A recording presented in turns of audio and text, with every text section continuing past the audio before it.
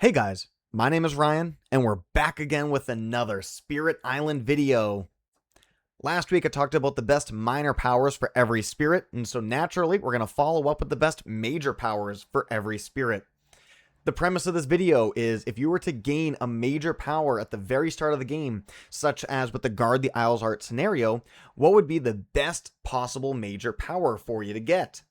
And on one hand, you could just say, oh, just give everyone Cast Down the Briny Deep, because once you have it on turn 0, you can just make it your whole game plan and just win the game by destroying the island. And that's true, but I don't think that's very useful or interesting.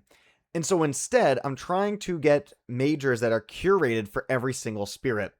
In the absolute perfect dream scenario, you get your major power, you threshold it, and you also hit all of your innate powers all in one go. You maximize the total amount of strength you can get across several different avenues all at the same time. That is the moment that feels the most special with any spirit drafting and playing majors. Now, a restriction that we have here is that every single major is unique. There are no repeats across all 37 spirits. And with the minor powers, this did lead to some troubles. There's a lot of spirits that have a lot of elemental overlap, and the types of needs and the elements that they want are very similar. And so in some situations, I just ran out of cards with perfect elements. And that's with a 100 card minor power deck. There is a 68 card major power deck. There's about a whole third less of cards available. And so that means even more so we have to really stretch ourselves in order to make this work. So much more than we had to in the minor power video, we had to make some creative decisions in order to give as many spirits as possible the best possible major power. As a clear example of what I mean, this first one I stacked to the top is River Surges in Sunlight. And this spirit has an innate power that is sun, water, and a little bit of earth. And so with those elements in mind, I chose Bargains of Power and Protection. It gives us all of the elements that we need for this spirit, but it also thresholds off of all the exact same elements. So if we do our core game plan with River, and we just so happen to have Bargains of Power and Protection along the way, we're going to wind up just being so much better while still being uniquely River. In fact, with this specific card, we love this as River because we're really good at bringing Dahan into certain lands, right? We can gather 2 Dahan, create an extra Dahan. When you have Bargains of Power and Protection, this becomes an additional defend 3, defend 6, maybe even more than that. And, we're proliferating ourselves. Just everything about this major is immaculate when combined with River Surges and Sunlight. And so I can't think of any major I'd rather get on turn 0 than Bargains of Power and Protection. I stacked River to the top just for demonstration purposes. All the rest of these, I have no clue what's coming next, so we'll both be on our toes. So up next we have Wounded Waters Bleeding. This is a pretty tricky one because, of course, we have 2 unique, distinct build paths that we can go down. However, in all situations, we do have 2 core elements, the water and the animal. There's a very powerful water animal major that also uses beasts, just like Wounded Waters does. And, of course, we're looking at sea monsters. This insanely powerful major can do an absurd amount of damage, and regardless of which way that you choose to build Wounded Waters Bleeding, we're either producing tons of animals, if we go down the animal path, and so no matter where we use sea monsters, it'll be effective, but the other path will also let us push and move beasts around the board, so even if we produce less, we can still maximize the damage from sea monsters by just taking all the beasts that we do have and putting them into a coastal or wetlands before making it huge. All right, up next we have Shadows Flicker Like Flames. And we already have a situation where I had to get a little creative with my choice, because as it turns out, there's only 2 perfect element majors for Shadows, and one of them is that major that has, one of every single, unlock the deepest gates of power, one of every single element, so sure, every spirit is perfect elements for.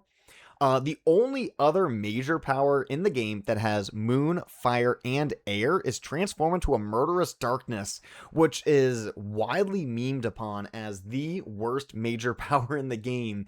And while you could say it's appropriate for Shadows to get such a sad, weak major as his choice, I instead decided to give him something worthwhile, and we're going with Transformative Sacrifice.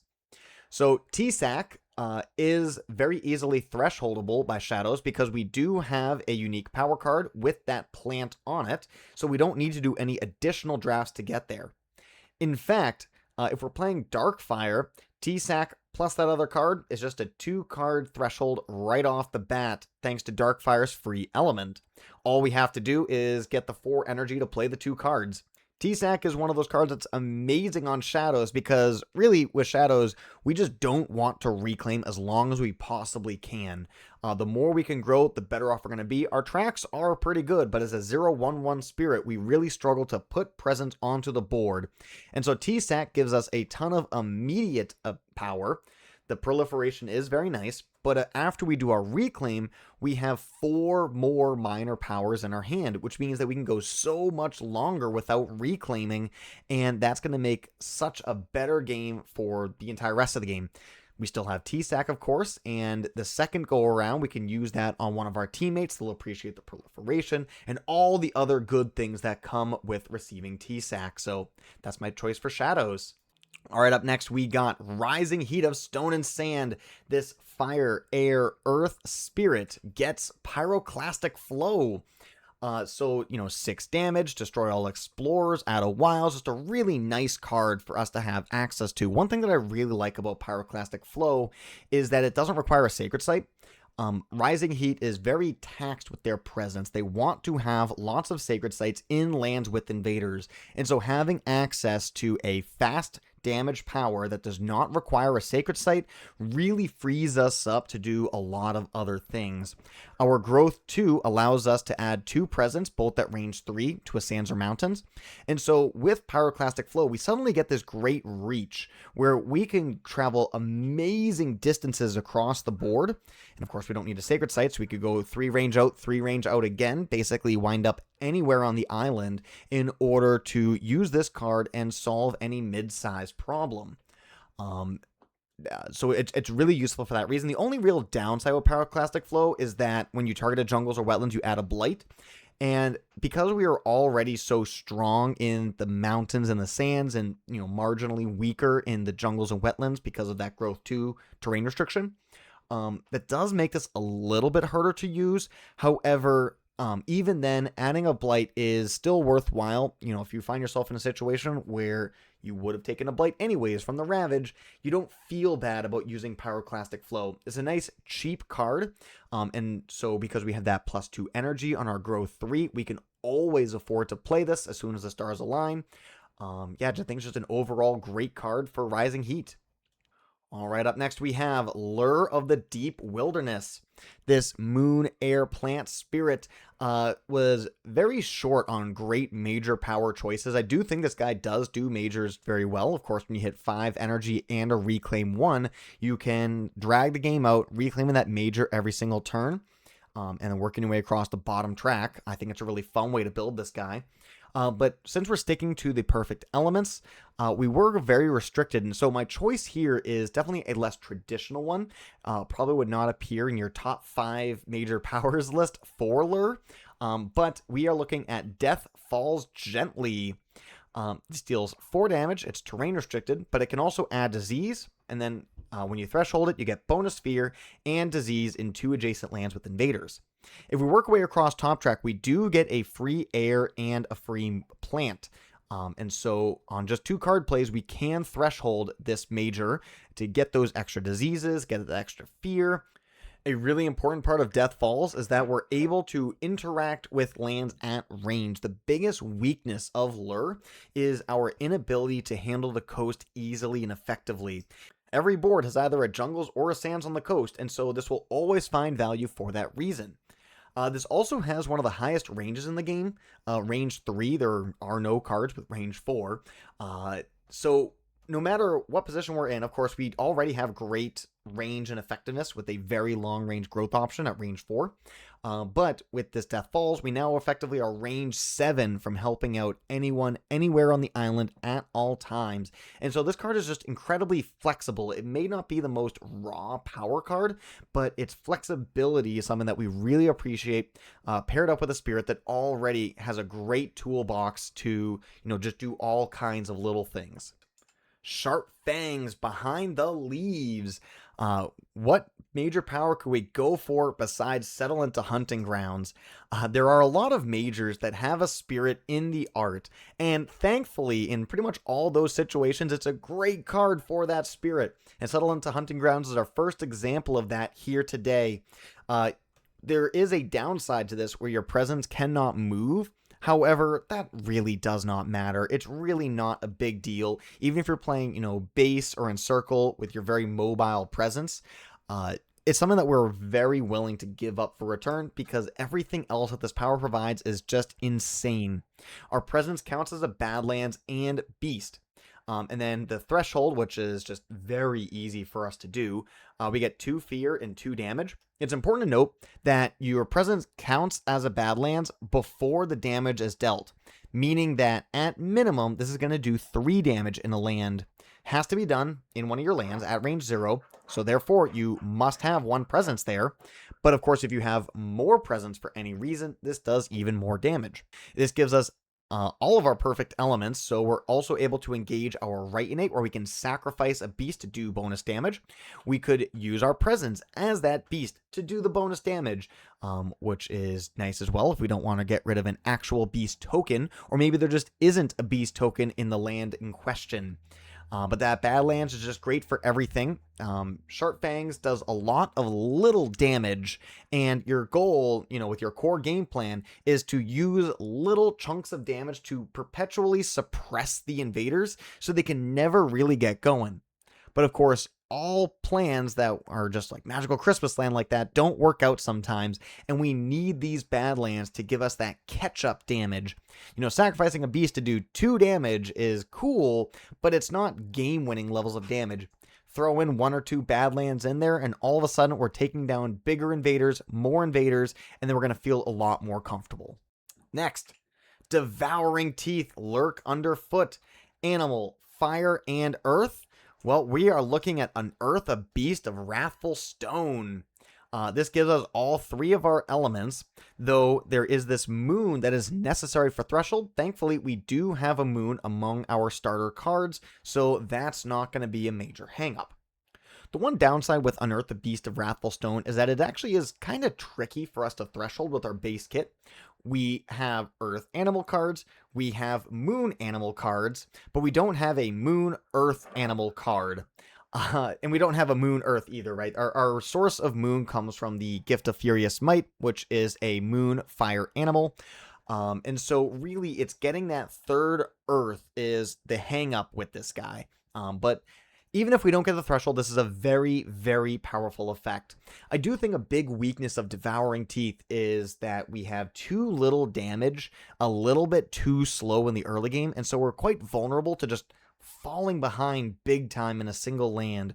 And so throwing an Unearth the Beast of Wrathful Stone can be a really effective way of dealing with the massive land. We might use our Defend 9 to survive in a land for a turn, but then when it cycles around in the next stage, what do? You're stuck. Unearth the Beast doing 12 damage, well, 13, of course, with Devouring Teeth, is going to do a lot to solve our biggest weakness. A cool thing to know about this is that if we do get the Threshold and we can move our special beast every single turn, our +1 damage special rule from Teeth applies, and so we actually get 3 damage in a fear every single slow phase, not just 2, and being able to just pick up a free city every turn is absolutely game breaking. So definitely if we get Unearth a Beast at turn 0, we want to heavily prioritize drafting into its elements because this is a whole win condition by itself. All right, next we got Bringer of Dreams and Nightmares. This is a guy that loves all kinds of off-element majors because any form of damage becomes fear. However, if we're going strictly for like moon and air, there's like no damage to be had in those elements. So what are we going to do? We're going to go for Vanish Softly Away, Forgotten by All. This allows us to remove invaders from a land, as well as when we get the Threshold, which is very easy to do for Bringer, in 2 additional lands, we can remove an invader anywhere on the island.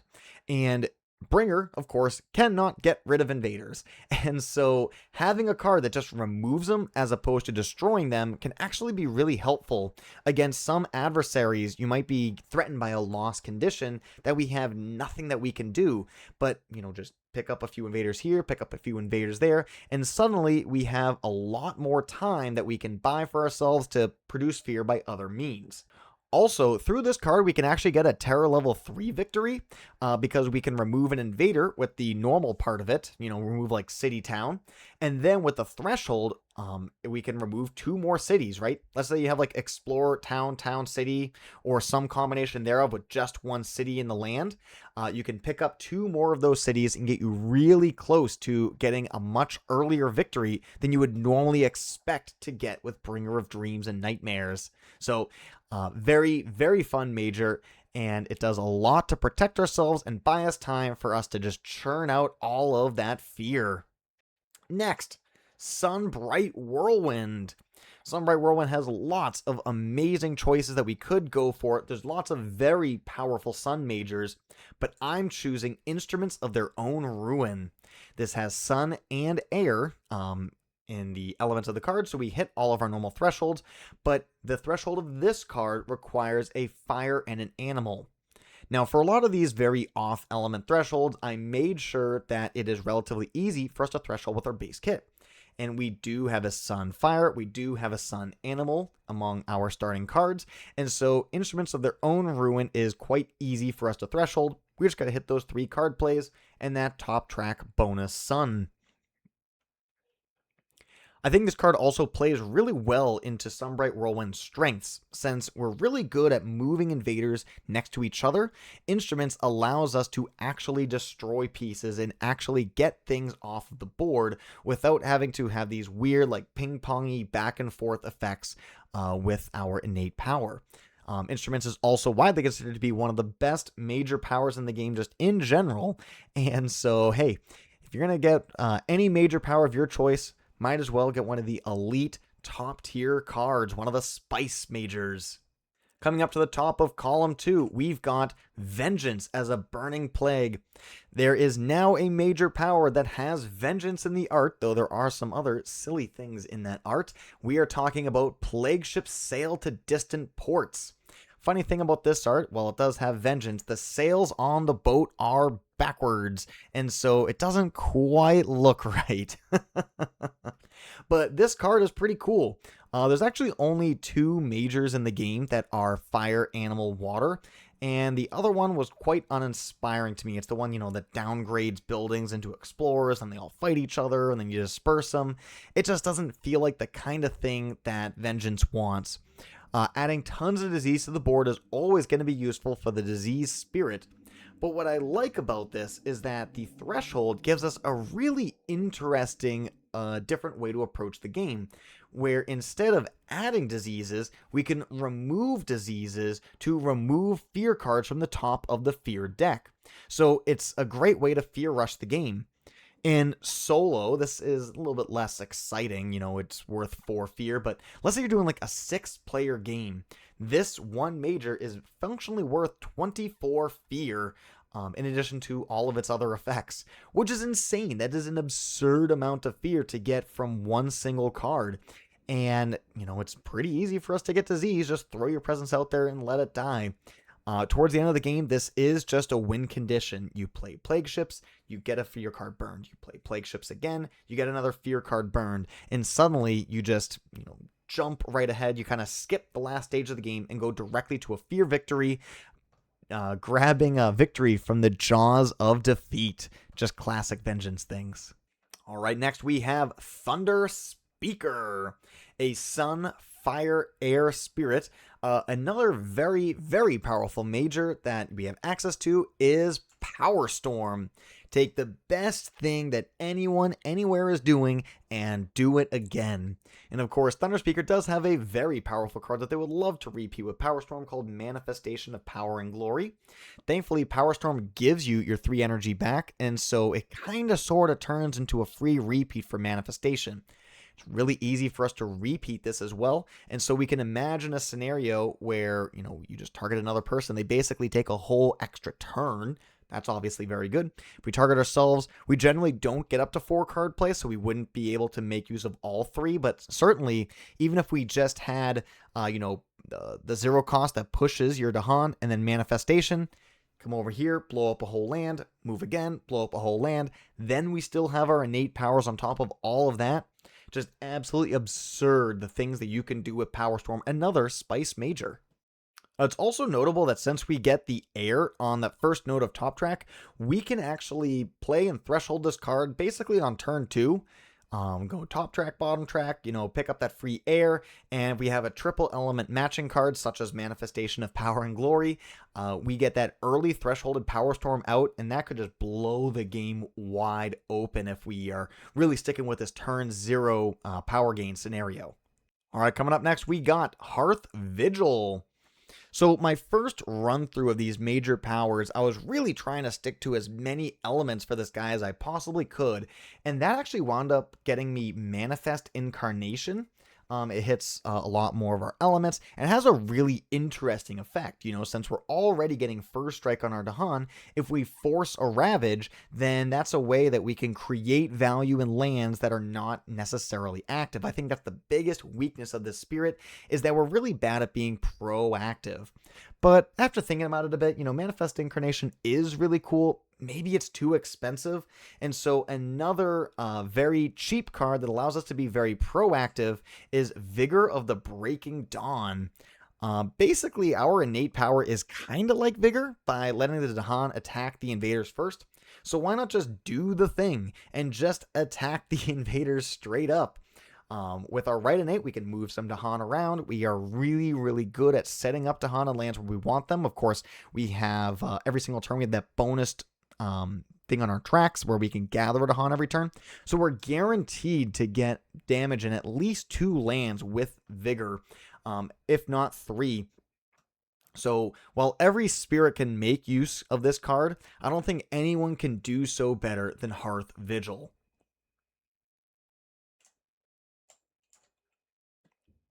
Next, a spread of Rampant Green. And our card is going to be Entwined Power. So we have a Moon Plant innate, we have a Water Plant innate, and this gives us access to both. Entwined Power is kind of like a setup card. We can use this on another spirit. Of course, green is just famous for making everyone on the team OP. And so in addition to being proliferated, you're also receiving Entwined Power. It's very easy for us to threshold this because of our free plant nodes on top track. So both spirits get the bonus energy, and you can optimize your hands a little bit. All of that makes this a really, really great card for Rampant Green, especially if we're gaining it early in the game. If we're looking a little bit later in the game, this card doesn't actually do anything to help you win. And so a card that I almost picked for green is Jungle Hungers. Since green really struggles to do tons of damage, Jungle Hungers, at worst is going to hit like a city and a town. Very often it's going to do a lot more. We do have town pushes in green's base kit, and so we can make those Jungle Hungers just get a little bit more value than they normally would. So depending on the stage of the game that we're talking about, you're looking at Entwined Power or Jungle Hungers. But with this scenario, we're talking about gaining this stuff on turn 0. So definitely Entwined Power. Get everyone on the team huge. Get everyone on the team OP. And ride that wave to the end. Up next, Towering Roots of the Jungle. And our card is going to be Trees Radiate Celestial Brilliance. This kind of fits the same theme that we did with the minor powers, where I picked the same 3 elements, the Sun, Moon, Plant card that, would push a Blight and defend for 4. Can't remember what that's called right now. And this kind of is in that same line of thinking, where It is harder for us to gain access to moon on this spirit. We have a free earth on our tracks, but we don't have a free moon. And our offensive innate power, the one that actually removes pieces from the board, requires the moon. And so between moon and earth, I do prioritize drafting moon on Towering Roots. Trees Radiate lets us solve problems at range 1, or of course range 2 from the Incarna. Big Defend, being able to skip the build is really nice. But when we threshold this, it also gives us proactive damage, which is something that Towering Roots does not have access to. Between the defend and the build and the damage, this is just a do everything card, no matter what the situation is, and 3 fear too. So literally every single situation where we need a card, it's probably going to be taken care of by Trees Radiate Celestial Brilliance. For Towering Roots, that is really just that nice toolbox, has a little bit of everything available. What a better choice than a major that also does everything you could ever ask for. Fractured Days, Split the Sky, one of many sun, moon, air spirits. For Fractured Days, we are going with Solidify Echoes of Majesty Past. Has all 3 of these elements, although it thresholds off of earth and not air. Thankfully, we do have an earth in our starting kit. This is another type of thing that really feels like it's a Fractured type of card. It does a ton for other spirits. Fractured really likes to just sit around and do nothing on their board and make everyone on your team as OP as possible. And Solidify Echoes is great for that. It allows you to skip lands, which is, great. Every spirit loves having access to land skips, but certainly Fracture does as well. You target one of your teammates and they just kind of skip all the problems on your board. And then because we're going to be thresholding this very easily, they can reclaim a power card or regain a unique power. They don't have to play it, but they can. Gaining access to another card is great. If you know that you're going to be receiving a Solidify Echoes, you can just gain a major, forget one of your uniques, and then you get the unique right back. It's like gaining a free major with no downsides. Really helps everyone scale up until you get to the end game where you receive 3 slips in a row to some fantastic, amazing major power and just blow up the whole island. And Fractured Days gives you that little head nod and says, thank you for getting so huge. You carried this. It had nothing to do with me. Up next, we got Fathomless, Mud of the Swamp.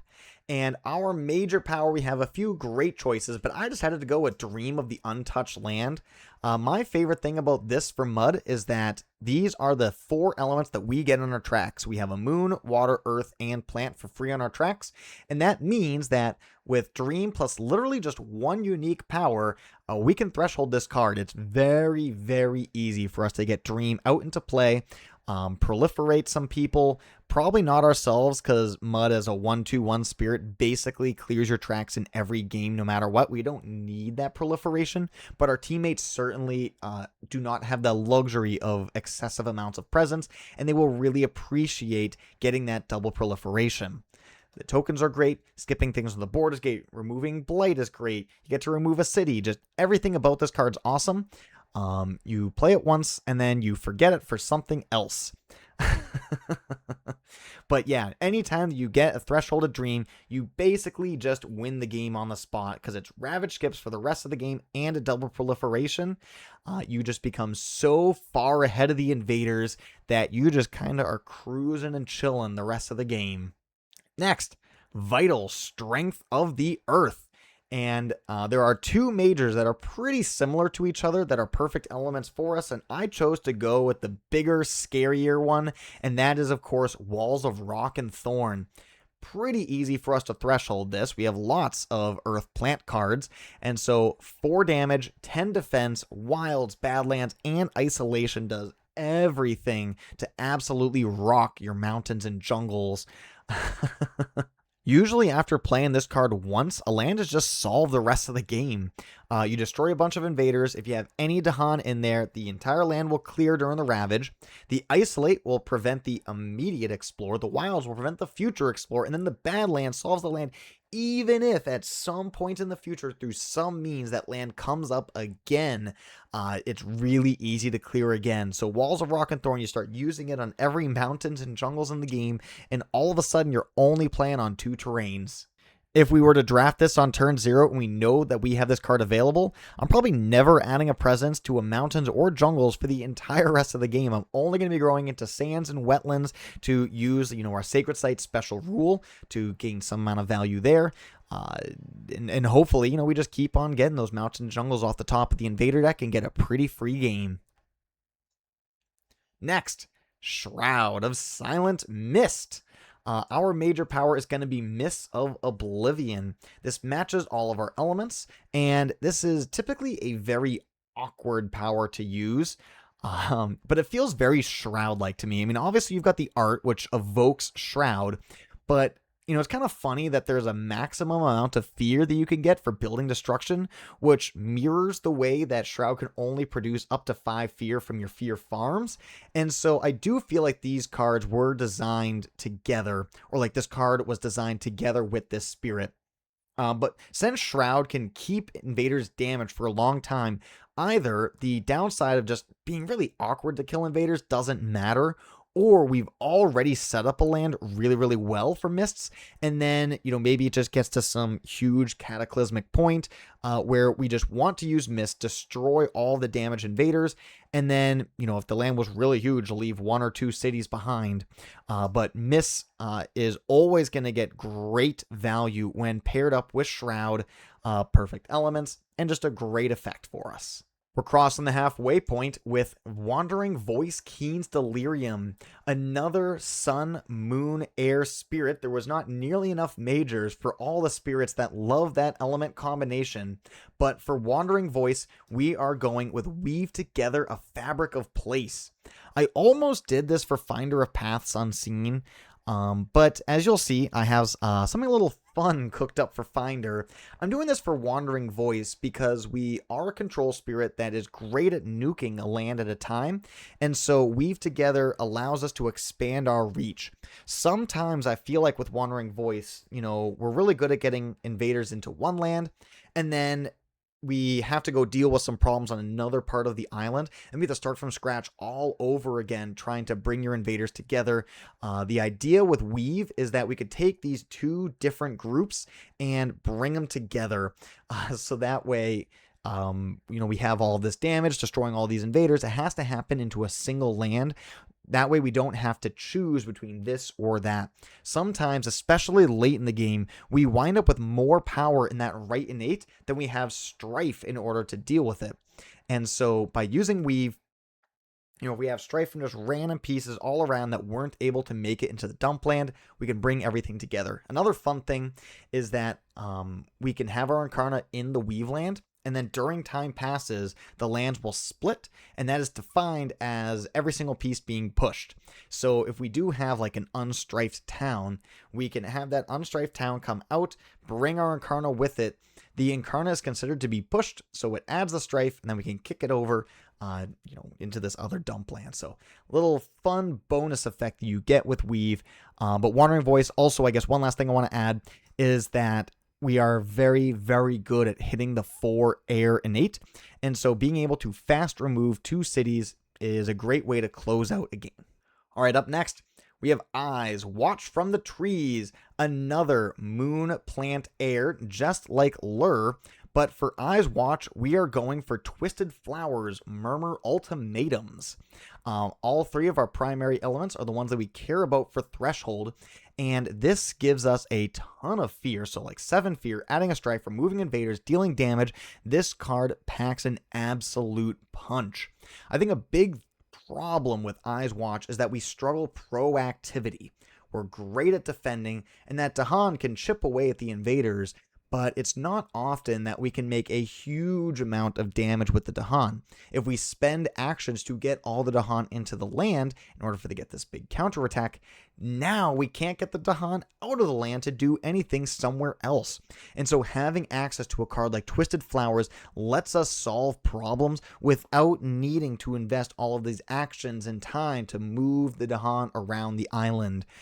Ideally, we'd like to keep our Dahan in a relatively smaller region and use other cards, such as Twisted Flowers, to solve problems on other parts of the board, so we don't need to just, waste time and resources going back and forth.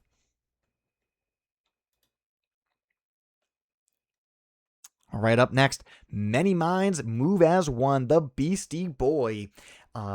This guy is another defensive spirit that really struggles to be proactive. So once again, I'm choosing a very proactive card for Many Minds. We're already really good at stopping the invaders from doing anything, but we're not good at killing. We do struggle with Dahan movement. We have one single card that can move to Dahan, and so we can, be even worse at like actually converting our defense into a board advantage. But what better thing to create a board advantage than Insatiable Hunger of the Swarm? We can just, use our left innate, get a massive arm, get beasts into a land, add even more beasts, do like 50 million infinite damage, and then easily threshold and repeat this to blow up 2 lands right next to each other. Playing this card once will just swing the game in your favor. If you ever manage to play it twice, the game just ends on the spot. For Many Minds in particular, it just does, let's just call it infinite damage, right? I feel like that's fair. It is almost unethical how much damage Insatiable Hunger of the Swarm does for Many Minds. And because we are so defensive, the fact that this adds blight doesn't really matter so much. We generally take very, very little blight as Many Minds because of all our defense and the fact that we have a straight up Ravage skip. All right, next we've got a Serpent slumbering beneath the island. This guy was the very last one to show his face for the minors last time. I'm glad to see him a little earlier. Serpent has tons of different elements on their tracks, and you can almost go with anything. Very flexible with our choices, but I'm going to go with Land Thrashes and Furious Pain. So this gives me the 3 elements that I need for my right innate, which gives me damage to buildings, pushing buildings around, and the Moon, Earth are 2 elements that we do get in our tracks for free, so this is a lot easier for us to threshold. Giving us damage per blight in lands is great. If you ever start to fall behind, which can happen as Serpent, this is a great way to swing it back into your favor. We are really good with Aegis to defend lands, but because we have no Dahan movement, we oftentimes struggle to convert that defense all over the island into any board advantage. So if we do just kind of fall behind, once you fall behind, you can really start to snowball behind. If your defend 3 suddenly isn't good enough on the early game, then when it comes back around to stage 2, you're probably not going to be defending for enough again. And once blight is added, we can't really get our presence in there, so it really struggles for us to fight back. In these situations, we're really happy to have Land Thrashes and Furious Pain, so that way we can win the board back and have a smooth back half of the game. It is in the reminder text now, but it is important to know that when you do threshold Land Thrashes, the repeat does not need to target a land with blight, which just opens up a lot of flexibility. Obviously, it does a lot less damage because you get, double value, from the blight in that land. If there's 2 blight in this land, it'll get 4 damage, but adjacent, it'll only get 2 damage. That being said, picking up a free town or a free city from a neighboring land is always welcome. Up next, Keeper of the Forbidden Wilds, a sun, plant, fire spirit. We get a free sun, we get a free plant, and when I think of a sun, plant, major, one that immediately comes to mind is the notorious UG. Unrelenting Growth adds presence and wilds. Hey, we are a wild spirit. Removing blight. That's something that's in our kit. The extra wilds on the threshold. I just feel like Unrelenting Growth just is Keeper of the Forbidden Wilds transformed into a major. It gives us all the elements that we want for all of our innate powers. And Keeper is, one of those famous double growth spirits, add 2 presence, gain a power card. That's what UG does, add in the wilds. Typically we don't need to use this on ourselves because we, just, grow so effectively, but, we could use it on ourselves once, immediately reclaim it, and then use it on our teammates probably every turn for the rest of the game. If we, double grow bottom track and hit that reclaim 1, we just keep getting this again and again and again, or we just, reclaim naturally.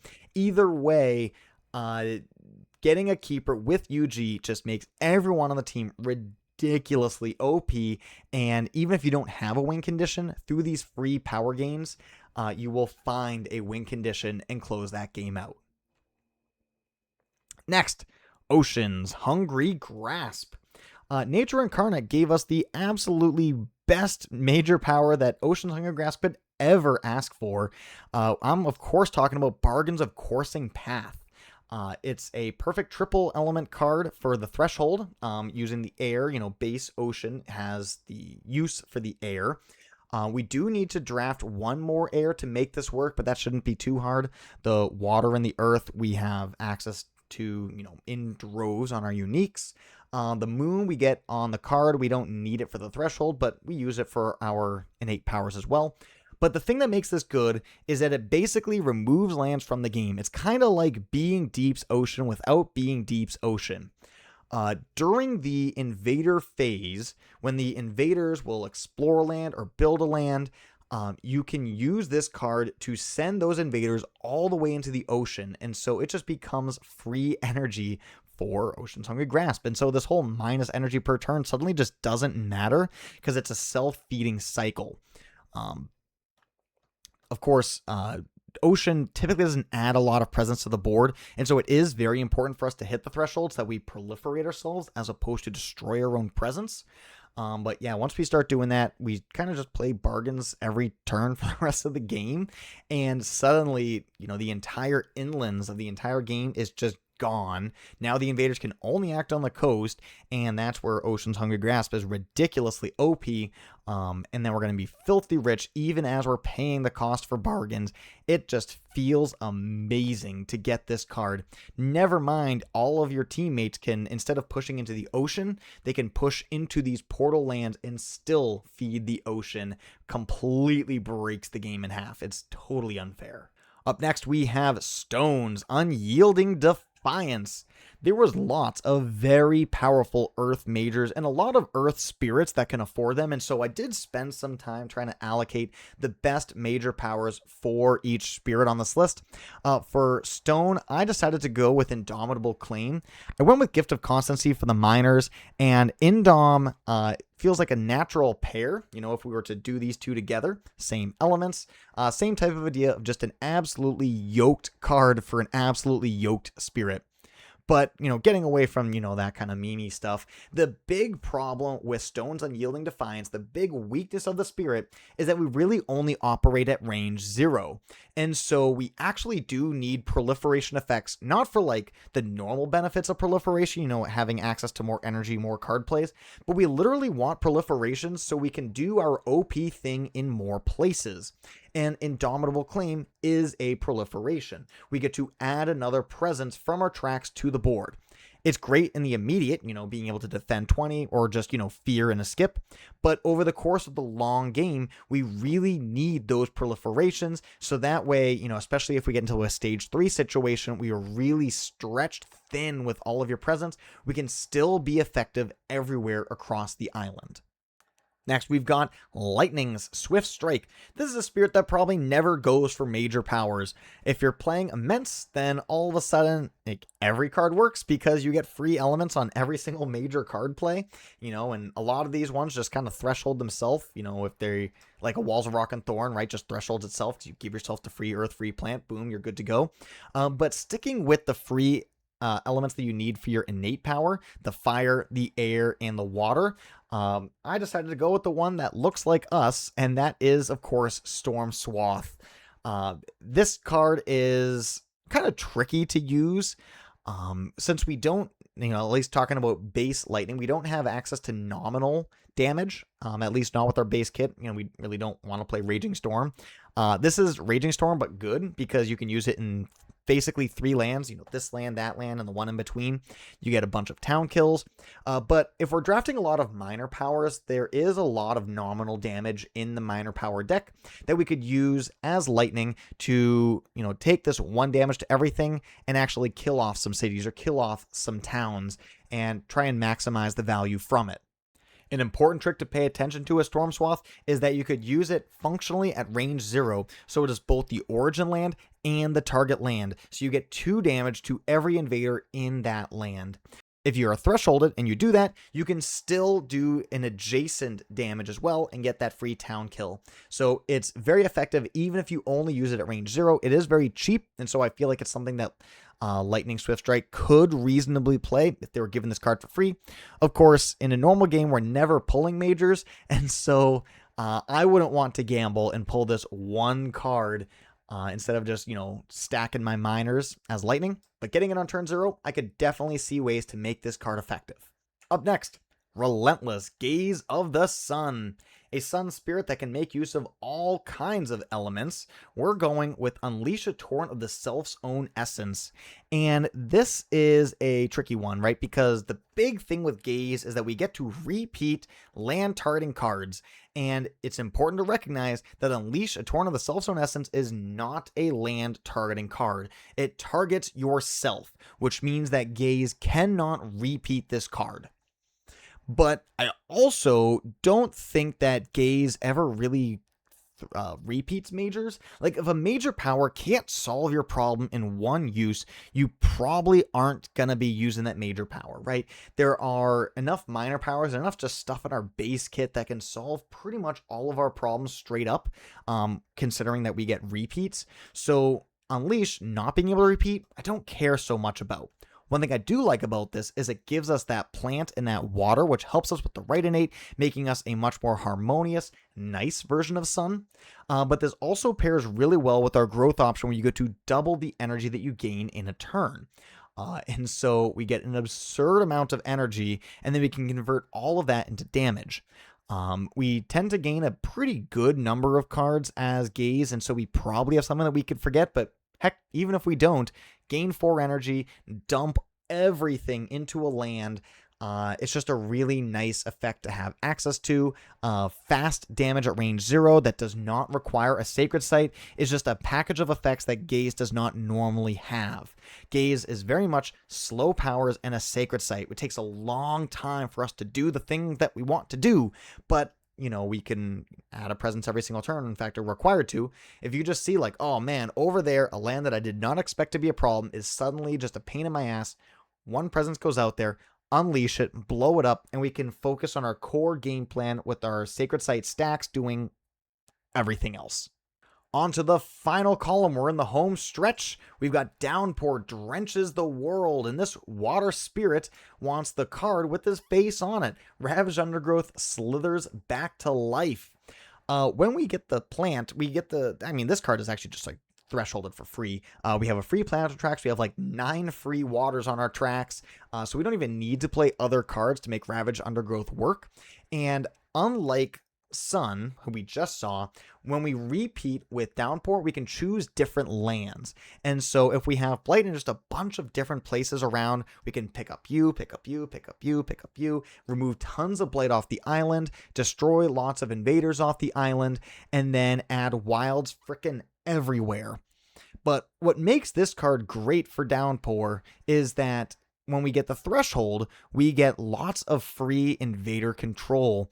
We get to add additional wilds, move them, and then in all of those lands, we get to start kicking around invaders. So it helps us lock down the entire board, but also it builds up its own stacks.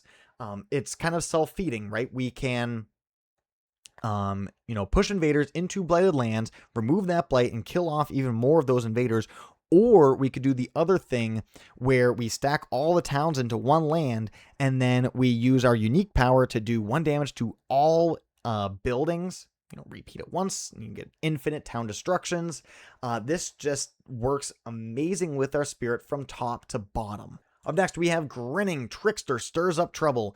And man, this was a really tricky one for me to figure out because, what even is Trickster's elemental identity? What does Trickster want? I mean, this is kind of just like the grab bag, anything goes, just play crazy, play aggressively, and just fuck it, YOLO type of spirit. And so I honestly, genuinely struggled to figure out what do I want from major power for this guy. I settled on Wrapping Wings of Sunlight, but I feel like there's a lot of other interesting choices out there. Wrap gives us 3 elements that we care about. Our right innate has a sun option, an air option, and an animal option, all 3 of which are great and proactive. And then we can use Wrap to, take our Dahan. We can gather them up from everywhere. Every single turn if we're moving 1 single Dahan. I do feel like I oftentimes wind up with random stranded Dahan as Grinning Trickster as I get too greedy with that option. gather a bunch of them in, put them into a land, make use of all of the strife that we've been building up to destroy invaders somewhere else. I don't know if it's like the best thing that we can do for Trickster, but it does feel pretty good, and it shores up one of our weaknesses where we have like lots of like little tools, but nothing that can solve like, pretty decent size problems. So that's my choice here, Wraps and Wings of Sunlight, but I'm very curious. This is one that I definitely want to hear some feedback on. What type of majors, at least on element majors, do you love to get as Trickster? Up next, Heart of the Wildfire, another spirit that is not known to go for majors. So I had to think about what kind of plant fire majors even are there and which ones would I be willing to take as Wildfire. And after thinking about it for a little bit, I settled upon Strangling Fire Vines. So this gives us a decent amount of damage, not a ton, but it gives us the elemental requirements for Threshold is something that we already want to be doing anyways with that triple plant. What I like about this is that this adds lots of wilds, and Wildfire is a spirit where once you get into that mid game, you start removing lots of blight off of the board. You are tasked to figure out, what do I do in these lands where I have presence, I've removed the blight, like if invaders come back in again, do I make a sacred site? Do I, just kind of hope to ignore it, maybe deal with it with cards, so that way I can invest my presence and probably blight cascades into these bigger problems? Well, Strangling Firevine solves that problem by adding a wilds at range 0 in addition to, other lands. By not having to worry about invaders coming in at range 0, we can happily remove blight from our lands. It also frees us up if we need to cascade back into ourself. Just a nice thing that we have access to. But the wilds just narrows the board, and that's the type of thing that I think Wildfire cares quite a bit about. So I've never drafted this card on Wildfire, but I can imagine it would feel pretty good if I did. Up next, we've got Starlight Seeks Its Form.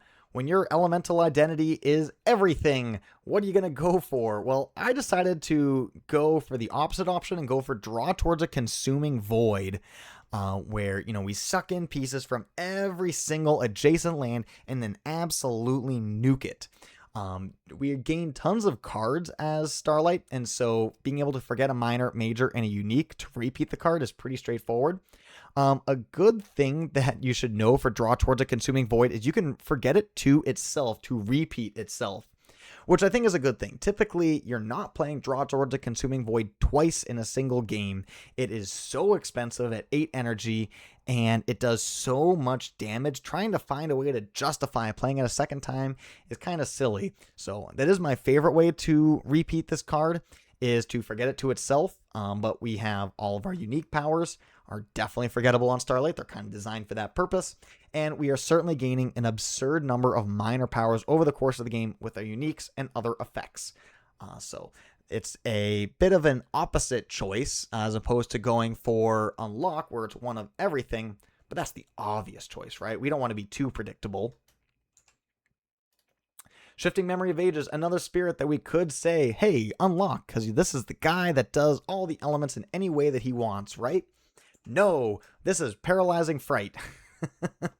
We do have elements for our innate powers. We have air, we have earth. For base version, we have a moon. If we're playing Mentor, the moon kind of goes away. But Paralyzing Fright is just an amazing card in general. The elements perfectly line up with our Defend innate.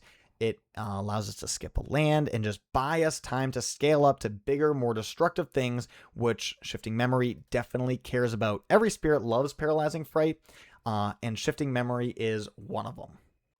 Up next, we have Volcano Looming High. I almost did Paralyzing Fright for Volcano. Volcano does have an air on his tracks, and so once you've grown enough, Paralyzing Fright is just thresholded for free with all those earth and that air node, making it an amazing card for Volcano.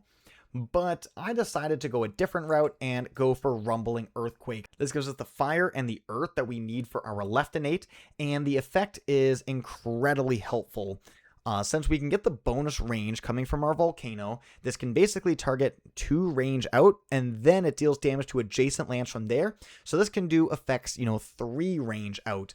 And the big problem with Volcano is that we are very, very strong in a localized space. And once you get beyond that localized space, we suddenly become dramatically worse.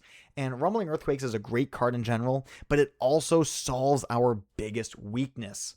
The 4 Earth, the threshold, this is elementary, right? We get 2 Earth basically immediately on our tracks, and every single card in our unique set, all the cards that we like to draft, they all have Earth on them, so you can reasonably read this as an 18 damage card every single time. Rumbling Earthquake spent a lot of time being bounced around between different spirits. Of course, I certainly thought of it for Stone's Unyielding Defiance for that bottom track with all those rocks, but I do feel very comfortable putting it down for Volcano. Up next, we have Breath of Darkness down your spine, the elemental brother to Bringer of Dreams and Nightmares. There is a major power which is essential for both of these spirits. I can only give it to one though, and so it's going to Breath. I'm of course talking about Sleep and Never Waken. The perfect tri-element card for both of these guys. For Bringer, the argument is that Sleep is our only way that we can ever beat France and Russia.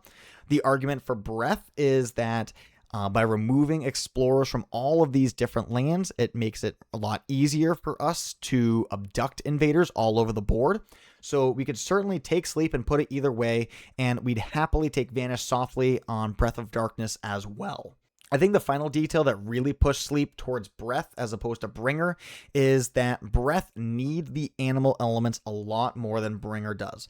Bringer needs 1 total. Breath, I think, maxes out at 3 animals required if you want to get everything going. And so having this element, I think, is the final detail that really pushes it in Breath of Darkness's favor. But of course, the skip is great. Removing the explorers is great. Getting rid of that stupid, thing that's in the way from being able to send everything to the Shadow Realm. Amazing card. Coming down to the home stretch, up next we have Finder of Paths Unseen, and Finder can work with basically every major. We have 6 unique power cards that cover all 8 of the elements. We have 6 free elements on our tracks, 5 of them are allocated, and 1 of them is an any. So honestly, you could choose anything in the entire deck and make a great argument to be a Finder of Paths Unseen power. And so I decided to have a little fun with it, and Finder is the recipient of Unlock the Gates of Deepest Power. I think Finder is the spirit that is the most likely one to be able to threshold this card, and that's such a hard thing to do. It's just cool. For cool factors alone, it should go to Finder. Up next, we have Ember-Eyed Behemoth. They love the good old stompy boy. Lots of great destructive majors that we could go for with that +3 energy button and generally pretty solid energy top track. We are very flexible with the cards that we could take, but I'm choosing Blazing Renewal. This is a tri-element card that matches our innate elements perfectly, so we don't have to make any adjustments to our play pattern. We're just going to get this card by default. Being able to bring back Destroyed Presence is just a great, important thing. Over the course of every game, people lose their presence, and it sucks, and it's sad. So Blazing Renewal is one of those cards that sometimes you just start digging for. You just want it in general to survive the Blighted Island effects, having to sacrifice presence regularly for those Blighted Island events. Very happy to have it. With the bonus damage, it allows us to destroy cities. Without that bonus damage, you always wind up in this awkward situation where you have all these damaged cities and you need to find some sort of supplemental effect in order to really close out the game. But the bonus damage from this threshold lets you kill cities, lets you kill explorers, and it just feels really, really good. Also, since we very quickly always open up by getting into that 2 energy and we have the +3 energy button, Blazing Renewal is always playable, even though it's a more expensive card. And last, but certainly not least, the Brethren of Finder of Paths Unseen, the only other 6 starting cards that represent all 8 elements. You could make an argument for literally any card in the game to be their best major power. We're looking at Dancing Up Earthquakes. Hard to decide what is the best card for a guy that thresholds everything no matter what, because he gets to play 7 cards a turn. I decided to go with Forest of Living Obsidian. And this card is great on your Earthquake turn. First off, it gives us the fire and the earth that we need to hit our 7 card Quake. We do need to make sure we get the right elements. I've been in situations where I was lazy about that. I assumed I was going to hit the elements. I had all these off element cards in play and then realized I couldn't get that top end. But with Force of Living Obsidian, we can combine this with our Quakes such that in 2 lands, when we combine the 1 damage to everything from a Quake, we get the Forest being able to, even without the Sacred Site, just do 1 damage to everything, and that added Badlands. Suddenly, so many more lands get completely full solved without needing a Sacred Site. I think for most spirits to really get value from this card, you have to use it at range 0 with the Sacred Site. I think Dances is like the only one that's just not a necessity, which is great because we generally don't want to make Sacred Sites as Earthquakes. We like to spread ourselves around. It is kind of a nuisance if the major that we draft and that we're, putting into, the impending pile has a Sacred Site. I've definitely made the mistake of just forgetting to make the Sacred Site for him before. But Forest does not need to worry about any of that. It's coming down and it is turning all of these little Quakes that are normally just picking up like a town and turning them into entire board wipes. Adjusting my camera to put everything on the screen at once so you can see all of the choices for every single spirit. What did you guys think? This was a fun little project to think about, like what is the most ideal, perfect on element major for every spirit. There was tons of competition for this one. Once again, with the smaller major power deck, missing out on 32 cards means that there was a lot more competition, and I had to make some more tough choices from one spirit to the next. Lots of people competing for that same space. So maybe you would want to switch things around. Maybe you'd want to, give Weave Together over to Fractured Days and send Solidify back over to Wandering Voice because they're competing for all the same elements. I want to thank you guys all so much for watching. Have yourselves a glorious day.